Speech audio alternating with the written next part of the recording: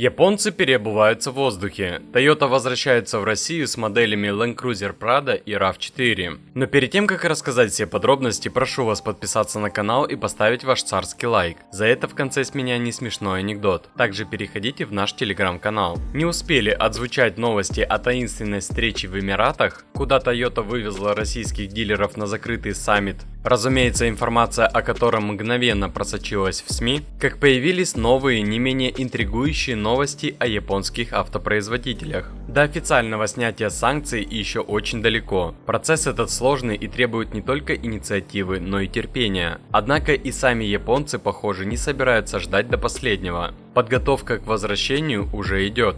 Что мешает японцам вернуться? С одной стороны, рынок уже давно поделен между китайскими автопроизводителями, которые прочно обосновались на российской земле. С другой, если Toyota действительно хочет вернуть себе место под солнцем, придется проделать немалую работу. Причем, судя по всему, эта работа уже началась. Как стало известно, российское подразделение Toyota провело закрытый саммит в Эмиратах. Приглашенным представителям избранных дилерских сетей под строгую расписку о неразглашении донесли важные месседжи, в том числе о планах вернуться на российский рынок. Конечно же, несмотря на запреты, информация всплыла и быстро разлетелась по СМИ. Но самое интересное впереди. По данным инсайдеров, через месяц состоялась еще одна закрытая встреча, но в этот раз уже с более конкретной повесткой. Если прошлый саммит был скорее знакомством с текущими реалиями рынка, то следующий обещает стать шагом к операционным решениям. Иными словами, именно на этом саммите будет объявлена ориентировочная дата возвращения Toyota и те условия, которые автоконцерн должен выполнить, чтобы снова официально работать в России.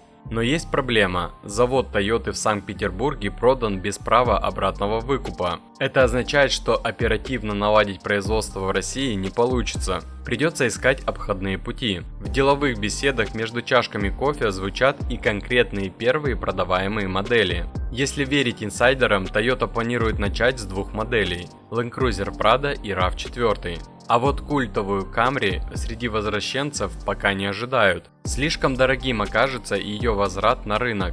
Разумеется, планы могут измениться 10 раз. Но главное здесь то, что разговоры за закрытыми дверями уже идут. И разговоры эти весьма серьезные. Теперь остается ждать следующего саммита, чтобы понять, насколько амбициозны у Toyota планы на российский рынок. Чтобы вернуть те объемы, которые были ранее у Toyota, им надо восстановить производство.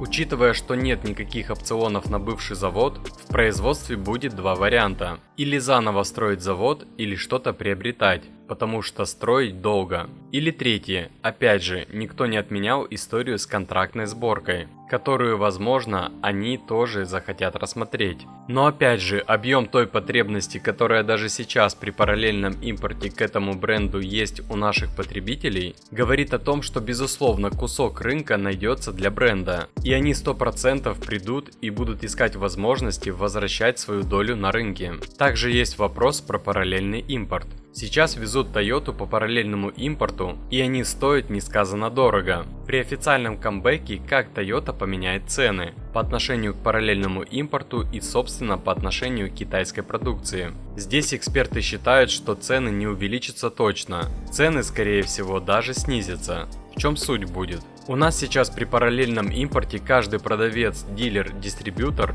который возит, переплачивает, а соответственно за это переплачивает клиент. Ввиду более сложной логистики, это более длинный путь. И ввиду санкций, это безусловно переплата еще и за финансирование. Мы все знаем, что просто напрямую заплатить за поставку автомобиля невозможно. А все те этапы, те ступени, те юрлица, через которые проходит финансирование, оставляют себе какую-то маржинальность. Таким образом, при вновь включившихся прямых поставках, таких доп. Затрат не будет. Теоретически кажется, что конечно это прям значительно цену снизит, но нет, есть тут второй момент. При возвращении официальных брендов тот список, который сейчас существует с точки зрения параллельного импорта и позволяющий дилерам возить каждому сколько он хочет, будет потихонечку вымываться, и оттуда будут уходить бренды, по которым можно возить параллельным импортом. И тогда вновь будет ценообразование на рынке все-таки в руках самих брендов. И таким образом, конечно, оно значительно кардинально не упадет. Но если говорить про саму динамику и движение, то, конечно, это будет снижение. Потому что, безусловно, как я говорил ранее,